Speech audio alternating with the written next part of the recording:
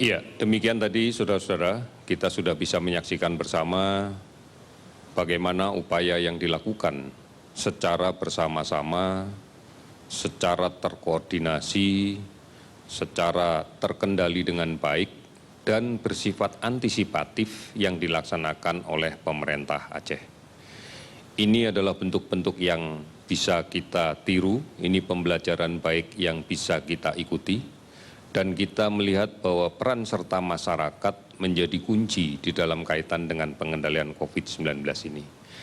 Saudara-saudara, sekali lagi bahwa di dalam situasi pandemi global yang terjadi saat ini, kita tidak bisa lagi berpikir secara sektoral.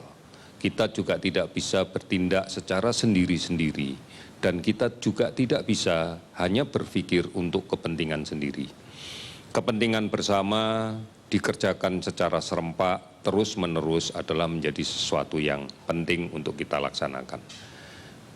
Kita semuanya sedang menunggu bagaimana perkembangan pembuatan vaksin yang dilaksanakan oleh para ahli di seluruh dunia agar kita bisa memberikan kekebalan buatan untuk melawan COVID-19.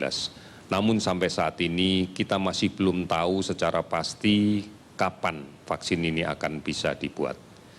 Namun kita dan seluruh bangsa di dunia juga menginginkan tidak menyerah melawan COVID. Oleh karena itu produktivitas kita harus tetap kita laksanakan, tentunya dengan pengaturan-pengaturan, tentunya dengan skala prioritas dan tentunya dengan norma-norma yang baru. Inilah yang kemudian sekarang ini kita rumuskan bersama tentang bagaimana normal yang baru, tentang bagaimana kenormalan yang baru, atau sering kita sebut sebagai new normal. Artinya kita harus hidup normal yang produktif. Tentunya yang sekolah tetap bisa sekolah, kemudian yang bekerja tetap bisa bekerja, namun mempersyaratkan sesuatu yang mutlak bahwa kita aman dari COVID-19. Oleh karena itu saudara-saudara sekalian, adalah menjadi budaya yang harus mulai kita tanamkan sejak sekarang untuk membiasakan hal-hal yang kemudian bisa mengurangi risiko untuk tertular COVID-19. Salah satunya adalah mengenakan masker. Ini menjadi penting karena kita tahu bahwa penularan COVID dari orang yang sakit ke orang yang sehat itu adalah melalui saluran pernafasan. Ditularkan melalui dropletnya, percikan-percikan udara yang kecil dari seseorang yang sakit, manakala dia bicara, manakala dia batuk, manakala dia bersin, ke sekitarnya. Dan ini apabila kemudian tidak dihalangi oleh masker, maka akan terhirup oleh orang lain. Inilah yang kemudian bisa menyebabkan terjadinya penularan. Kita tahu bahwa secara alam, kalau bersin, batuk, pasti akan terjadi percikan, semburan percikan droplet ini bisa sampai dengan jarak 1 meter. Oleh karena itu menjaga jarak sampai dengan 2 meter adalah sesuatu yang paling bijak. Kita hindari ini, kita lakukan agar kita terhindar dari penularan COVID-19. Kemudian mengenakan masker, bukan hanya untuk kepentingan kita yang tidak sakit agar tidak tertular, tetapi juga lebih penting lagi untuk yang sakit atau yang membawa virus ini namun tanpa gejala, agar pada saat dia bersin, batuk, bicara, maka dropletnya tidak tersebar kemana-mana. Ini yang penting dan harus kita sadari bersama. Saudara-saudara, dua hal ini mari kita jadikan sebuah pola hidup yang baru. Kita jadikan kebiasaan yang baru. Sehingga kita bisa produktif, dengan cara menggunakan masker, menjaga jarak aman dari orang lain, kemudian rajin mencuci tangan dengan menggunakan sabun. Di samping secara alami kita juga harus menjaga imunitas kita dengan meseimbangkan antara kebutuhan aktivitas dengan istirahat, antara kebutuhan energi yang dibutuhkan dengan nutrisi yang kita masukkan. Harus seimbang, harus balance. Dan yang paling penting secara psikologis mempengaruhi faktor imunitas kita adalah perasaan yang selalu bergembira, selalu riang. kecemasan, kepanikan, kekhawatiran itu hanya memperburuk kondisi imunitas kita. Saudara-saudara, inilah yang harus kita laksanakan bersama-sama kalau kemudian kita menginginkan bisa terhindar. Dengan cara seperti ini, maka kalau kita disiplin menjalankannya secara bersama-sama, maka apa yang terjadi sebagai pembelajaran di Provinsi Aceh juga bisa kita implementasikan di daerah kita masing-masing. Ini harapan kami sehingga kemudian bagaimana cara kita bersama-sama menanggulangi COVID-19 ini bisa lebih efektif. Dan kita bisa kembali melaksanakan aktivitas yang produktif untuk masa depan kita. Oleh karena itu, kita tidak akan menyerah. Kita tidak kemudian akan diam saja. Kita harus produktif dalam situasi yang seperti ini. Tentunya harus aman dari COVID-19. Ini yang menjadi ukuran, yang menjadi tujuan yang apa yang akan kita laksanakan ke depan. Dalam beberapa hari ini kami di bidang kesehatan pun bersama gugus tugas pusat dan saya yakin dilaksanakan juga di gugus tugas di tingkat provinsi, kabupaten, kota sedang berupaya secara teliti, secara cermat untuk mengkaji semua data yang kita miliki. Dengan tujuan satu hal yaitu melihat sejauh mana epidemiologi COVID-19 ini bisa kita kendalikan. Karena pada saat kemudian kita bisa mendapatkan data epidemiologi, maka disinilah kebijakan-kebijakan terkait dengan bagaimana kita beraktivitas, terkait bagaimana kita kembali produktif akan sangat menentukan. Oleh karena itu pemerintah terus-menerus akan melakukan kajian ini dan kita nanti akan melihat bahwa ada daerah-daerah yang sudah bisa dalam waktu dekat melaksanakan kegiatan-kegiatan produktif dan ada beberapa daerah yang harus dilaksanakan beberapa saat kemudian setelah seluruh aspek epidemiologinya bisa kita kendalikan. Hari ini kami melakukan pemeriksaan spesimen sebanyak 10.639 spesimen. Ini kita lakukan sehingga kemudian total spesimen yang telah kita laksanakan pemeriksaan sebanyak 300.545 spesimen. Kita lakukan dengan pemeriksaan real time PCR maupun dengan tes cepat molekuler. Hari ini kita dapatkan data konfirmasi kasus positif COVID-19 sebanyak 678 orang, sehingga totalnya menjadi 25.216 orang. Kalau kemudian kita lebih rinci lagi, bahwa kasus ini tidak merata di 34 provinsi. Ada beberapa provinsi yang kemudian kasusnya meningkat.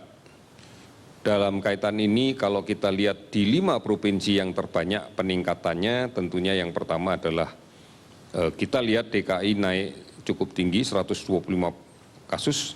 Namun ini bukan seluruhnya pada wilayah administrasi DKI karena pekerja migran Indonesia yang kembali ke tanah air dan kemudian melalui Bandara Soekarno-Hatta, keseluruhannya kita screening.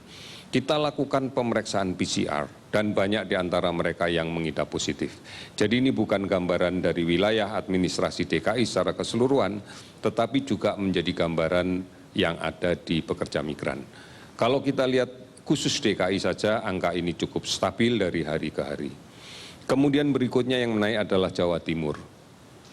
Ada 101 kasus pada hari ini di Jawa Timur, namun kalau kita perhatikan dengan angka yang didapatkan kemarin sebenarnya menurun karena kemarin adalah 171, sekarang menjadi 101. Kemudian berikutnya kita akan melihat bahwa kasus yang meningkat cukup tinggi juga adalah di daerah Provinsi Nusa Tenggara Timur. Kemudian kita juga melihat kasus yang berada di Kalimantan Selatan, kemudian juga ada beberapa kasus di Papua. Saudara-saudara, cukup banyak provinsi yang hari ini tidak kita temukan kasus positif, di antaranya adalah Aceh, Bangka Belitung, kemudian Jambi, Kalimantan Barat, Kalimantan Utara, Sumatera Barat, Sulawesi Tengah, dan Sulawesi Barat. Tidak kita dapatkan kasus sama sekali pada hari ini.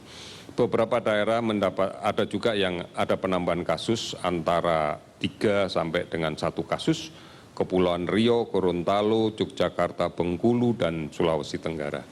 Saudara-saudara, inilah gambaran yang kita dapatkan bahwa kenaikan 678 kasus ini tidak dimaknai bahwa ini adalah kenaikan gambaran yang keseluruhan dari wilayah Indonesia. Ada beberapa provinsi yang memang dalam 3 minggu terakhir ini sudah menunjukkan gambaran yang mendatar, artinya sudah tidak ditemukan kasus baru, dan beberapa provinsi sudah mengalami penurunan lebih dari 50% dari puncak yang pernah didapatkan. Oleh karena ini yang kemudian secara spesifik akan kita lakukan kajian terus-menerus tiap provinsi sampai dengan tiap kabupaten kota untuk bisa kita petakan seluruhan. Memang saat ini kabupaten kota yang terdampak sebanyak 414 kabupaten kota dari seluruh provinsi yang ada di tanah air ini. Kasus ODP yang masih kita pantau sebanyak 49.212 dan kemudian PDP yang masih kita lakukan pengawasan secara ketat adalah 12.499 kasus. Saudara-saudara, gambaran-gambaran ini kembali lagi masih menggambarkan di beberapa daerah, di beberapa provinsi, masih diperlukan upaya yang jauh lebih disiplin lagi agar kita tetap bisa menekan jumlah kasus ini. Kita harus menurunkan kasus ini sehingga kemudian kita bisa mengawali nantinya dengan produktivitas yang memang selama ini sempat kita tinggalkan karena kondisi COVID-19. Dan kita tetap juga harus menjaga kebiasaan-kebiasaan baru ini atau normal yang baru ini karena ancaman COVID-19 ini bersifat global, bersifat seluruh dunia. Oleh karena itu kita harus menjaga ini baik-baik. Saudara-saudara, kembali lagi rajin cuci tangan dengan menggunakan sabun dan air yang mengalir karena cara inilah untuk menghancurkan virus yang mencemari tangan kita. Gunakan masker setiap akan keluar rumah. Ingat, maskerku melindungimu, maskermu melindungiku. Karena inilah yang harus kita selalu suarakan di dalam hati kita, sehingga kita menyadari betul bahwa kita perlu melindungi diri kita sendiri dan melindungi orang lain. Kemudian jaga jarak secara fisik. Upayakan lebih dari 2 meter, lebih dari 1,5 meter setidaknya, kemudian hindari kerumunan. Sebagai contoh, kadang-kadang kita berada di suatu tempat yang tidak mungkin untuk kita berjauhan. Misalnya pada saat kita berada di lift, saat kita berada memasuki suatu pintu, oleh karena itu bergantian adalah upaya untuk menjaga kerumunan. Mungkin kalau kita berada di masjid tempat berwudu, pada umumnya kerannya berjarak kurang dari 1 meter, bergantian. Tidak kemudian harus berkerumun. Kemudian kita juga memikirkan kembali manakala memang tidak perlu untuk keluar rumah, tidak keluar rumah. Dan saat kita kembali, segera kemudian kita membersihkan diri, kita harus melindungi keluarga kita yang ada di rumah. Aktivitas yang cukup, istirahat yang cukup, kelola emosi, jangan panik, jangan cemas, jangan khawatir. Ikuti terus pemberitaan yang diberikan oleh pemerintah, ikuti terus anjuran yang diberikan oleh pemerintah. Karena dengan cara inilah kita akan menjadi tenang, karena kita tidak akan terbawa oleh berita-berita yang tidak pasti, berita-berita yang justru membuat kita semakin gelisah. Saudara-saudara, asupan gizi juga harus kita penuhi. Lakukan ini semuanya dengan rutin disiplin. Sekali lagi, tadi Gubernur Aceh sudah mengatakan bahwa kedisiplinan, bahwa kerjasama, bahwa kepedulian, bahwa tindakan-tindakan yang bersifat antisipatif adalah hal yang terbaik yang harus kita lakukan. Oleh karena itu, dengan cara inilah kita akan yakin bahwa kita bisa melewati masa-masa sulit ini. Kita akan bisa mengatasi pandemi ini dan keluar sebagai pemenang untuk menjadikan bangsa yang tetap produktif bagi pembangunan negara kita. Kita bisa, kita pasti bisa. Terima kasih, selamat sore.